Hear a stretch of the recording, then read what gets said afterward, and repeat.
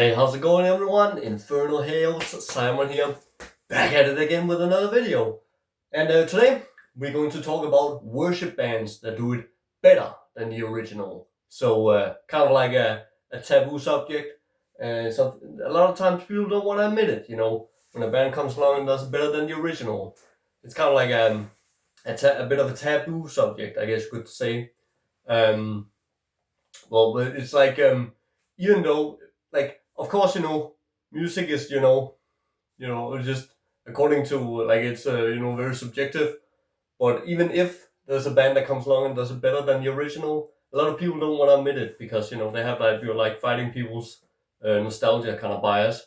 Although I do think that all of these bands, I'm pretty sure I heard the original first. Might be an outlier, but yeah, to be honest, dude, I don't even remember what I picked when I'm sitting here. It's just like such a rust. Like hope I didn't forget a good one. But yeah.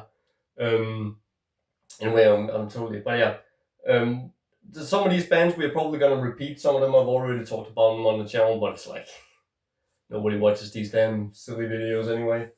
Not for now at least. But in the future, that's gonna turn around. Gonna keep cranking out these vids. I'm gonna do this for 100 days straight, see how fast, and then because I'm actually not sure. Because the algorithm, it works on the basis of 48 hours actually.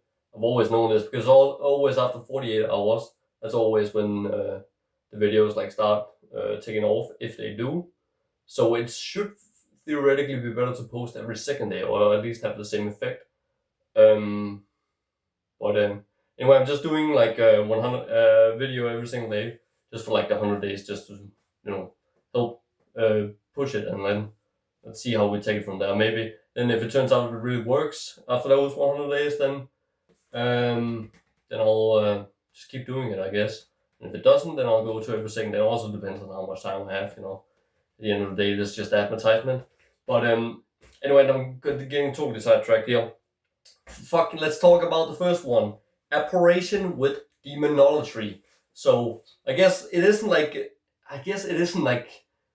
I mean, in my mind, this isn't like straight worship. It's more like sort of like morbid angel, sadistic intent. That first generation death metal style.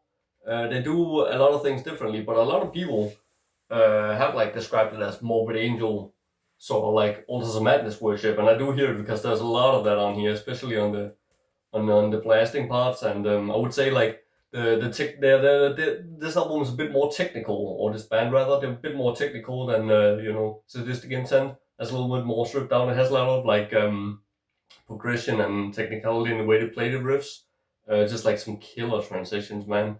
And it just always makes like each song so fresh. Like all the songs are so well built out on this thing. Just 6 songs of pure underground fucking darkness, just the way I like it. And it's just a fucking fantastic album, dude. Easily one of the best death metal albums to ever come out. But yeah, so Morbid Angel, Altars of Madness worship, and I gotta admit, I like this more than Altars of Madness. Again, I realize it's like not the same as one of the old heads who picked this up, who picked up Altars of Madness when they were 15, and then they hear this. Of course, they're probably gonna like Altars of Madness better because there's that like nostalgia to it. Like for me, like I heard Altars of Madness like first like 4, or I think we're going on 5 years now. 5 years ago, that was the second death metal album I ever heard, if I do remember correctly. Because I'm pretty sure it was Cannibal Corpse first, and then straight to Morbid Angel. But I might have been one in between. But anyway, very early on. So, and that album clicked for me like pretty much immediately. I've always loved that album, and I own it myself, and I spin it. But I have to admit, this band, they do it better. So yeah, that's one for you. Abhorration with Demonolatry. Fucking check it out, or you're just a complete poser. Just saying. Like if you like real death metal, you should fucking know that thing. Just saying. I guess we'll go in completely alphabetical order this time. So now we're going to CDs. We got, let me get the booklet out first.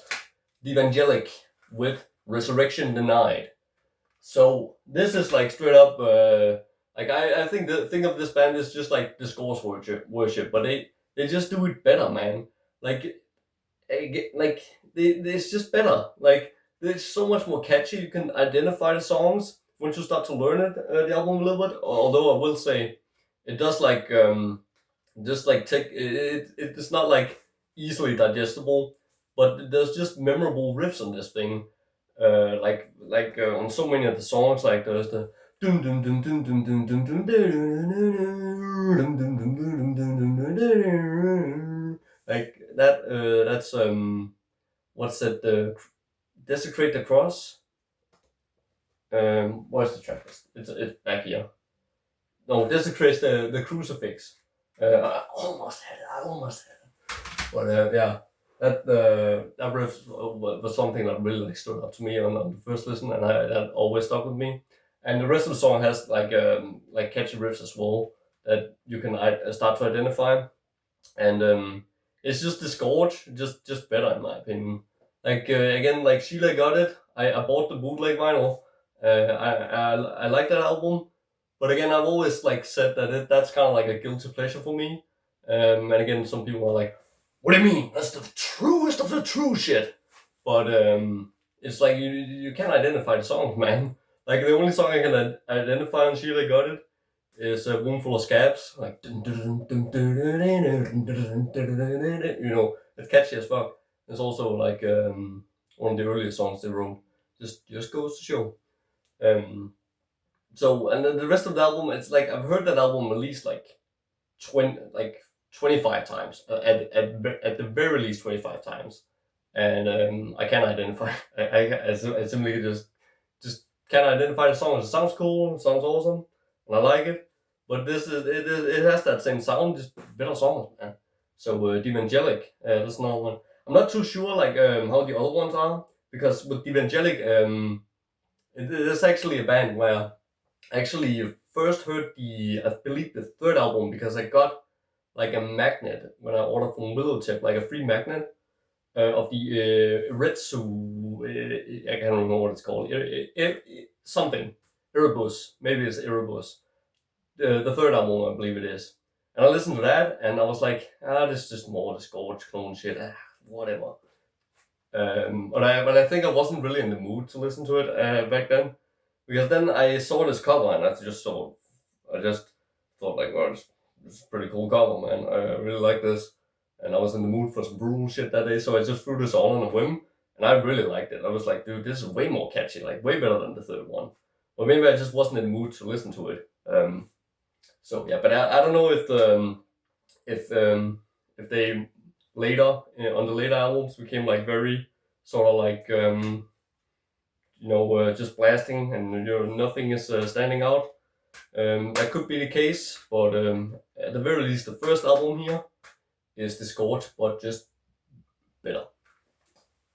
Next up, and this band is again, we are talking about this band again, but like I could have picked like Murder Squad for this as well. They also fall in this category, but I thought I would talk about Gouge instead, because I really think this fucking band doesn't get enough recognition.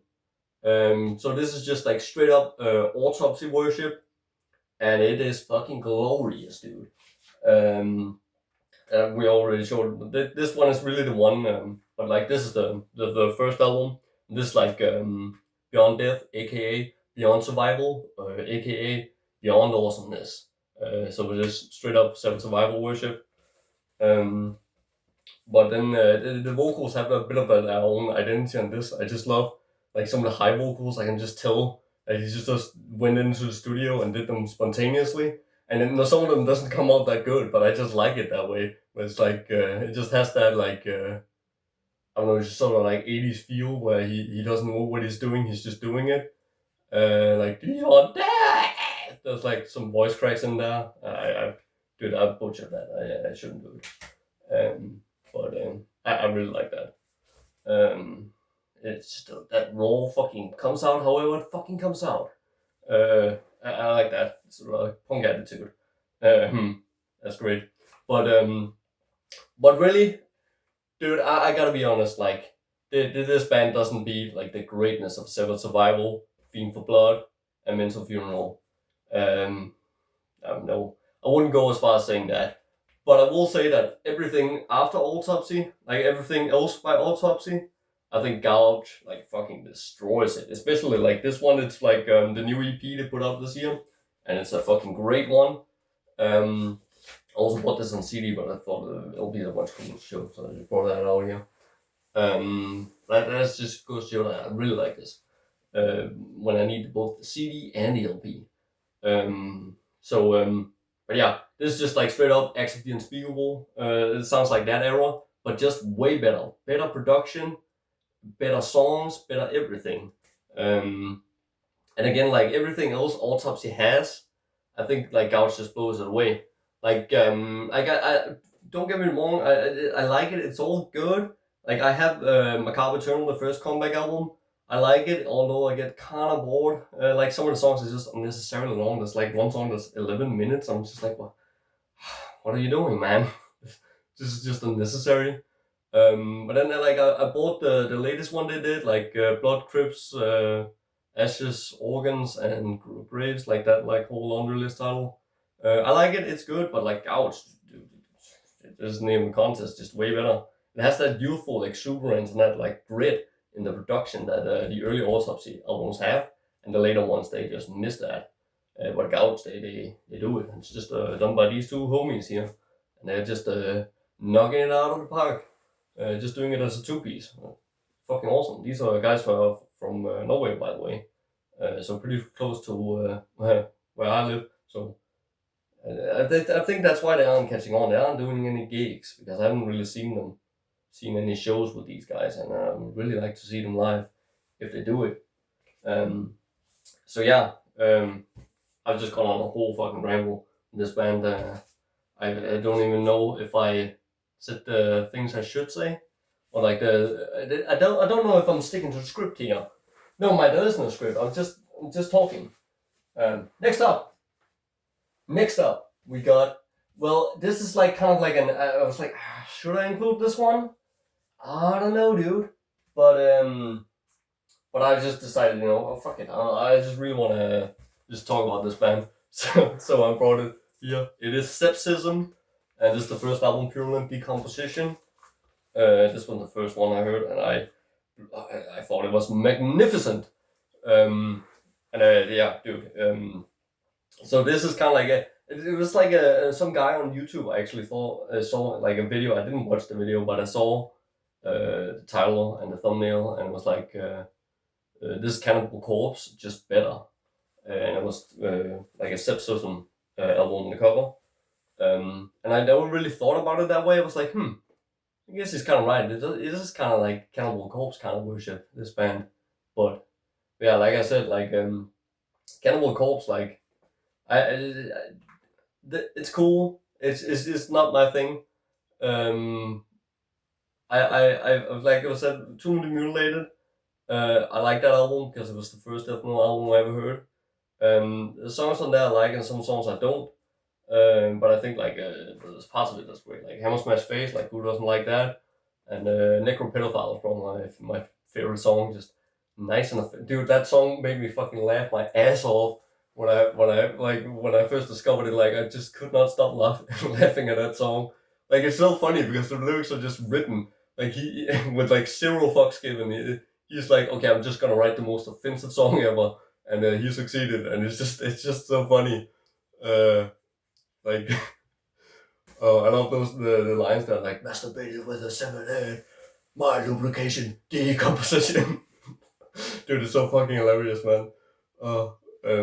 Yeah, and it has those like kind of like Latin kind of like drum beats, which really stands out. It's just a great song, like cryptic stench.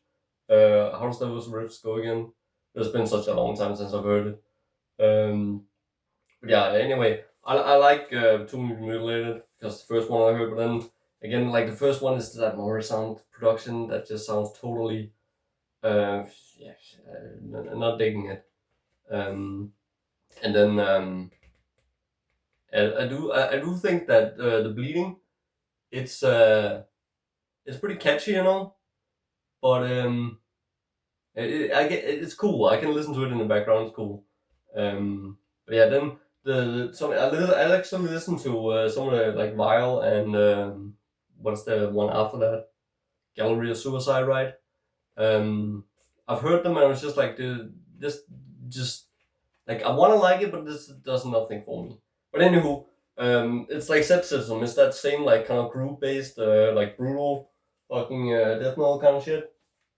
But they just do it better. This fucking jams, like dude. I can't resist it. I just start moving. It's just like yeah. If this is Cannibal Corpse worship, then I'm like guilty as charged. Like this, I guess a guilty pleasure for me if if I'm pretending to be one of those that soul at hot topic kind of guys. But yeah, this is better because this is better because it's more underground. Like I just think this fucking band is just super fucking underrated. Love this thing, dude. Like every single song on this album just jams so fucking hard, man. Dude, it's like difficult to pick a favorite one. Dude, it's just non-stop greatness. Euro Casket, brutally butchered. Holy shit, dude. Oh, dude, it's so good. And then, what's that? Necrotic Flesh Rot. Oh, dude, that's such a fucking good mid-pay song. And dude, it is like also the lyrics are just like especially on the last song, like Born into Oblivion. I really like the lyrics on that. Like, how did it go again? Fucking Born into Oblivion, World Obliteration, Born into Oblivion, Newborn Mutation. Oh yeah, Born into Oblivion. I can't remember how it goes. Okay, never mind. I'm just gonna stop embarrassing myself and just like dude, haven't spun this one in a while. But yeah, and then we got To Reveal in Disgust, the second album, and which also is what I would bring out. Both of these are just on the black vinyl. It's kind of lame. I think there was a color one for this one, but I missed out on it. I'm pretty sure this one's only done on black, boring black. But yeah, it's like, dude, I fucking love this album too. Like, it's like honestly, it's a coin toss which one I like more. Like, I'm inclined to say this one because I heard it first, but like this one, dude, this one just sounds fucked up, dude. Like, really fucking heavy sound on this, and just it has that extra element of like technicality on this one. But it's like it's not overdone. It's like, dude, it's like the perfect for progression from this album. It's like not it doesn't stray away too far, but it doesn't like just completely stay the same. It's just a fantastic sophomore album right now. And I actually checked out the third one too recently.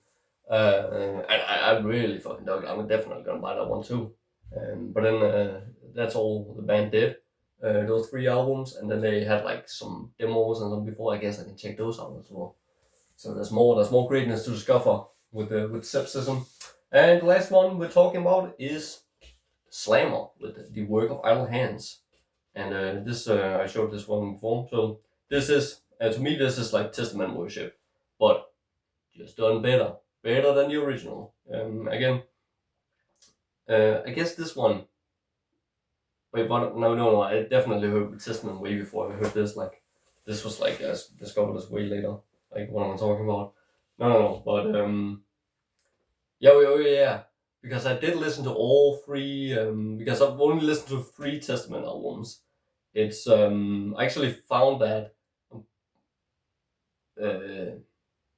was the Soul, now I forgot the title again, because I actually found that in one of the distro bins. The first Testament album I listened to, and I'm pretty sure now, but now I forgot the title again. It was Souls of Black or Beyond the Black. No, Beyond the Black. That's a Metal Church song. Souls of Black. That's the first one with the hooded figures in robes. That's the first one I heard. I like that. I thought I like that. And it's been a while since I listened to it, but I remember the first like couple songs on that one I really like, and then the rest of it was kind of like not so great. But then like the New Order, that's the one I always play from them. That's like bangers from head to toe. But this is even better, dude. This album is like almost 50 minutes long. It's just non-stop jams on this one. So if you don't know Slammer, the Work of Idle Hands, definitely check it out.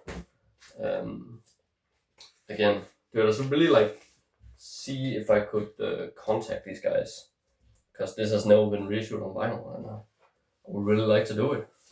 Again, it's also just like, dude, it's difficult because I'm just pouring my personal money into this, and there's so many things I want to do, and I don't know where to start, man. And it's also just difficult because a lot of the guys, you hit them up, you don't get any reply, so you're kind of like confused. Okay, am I doing this on what? Should I go on to the next one? Because you don't want to, I don't want to set up too many projects at the same time.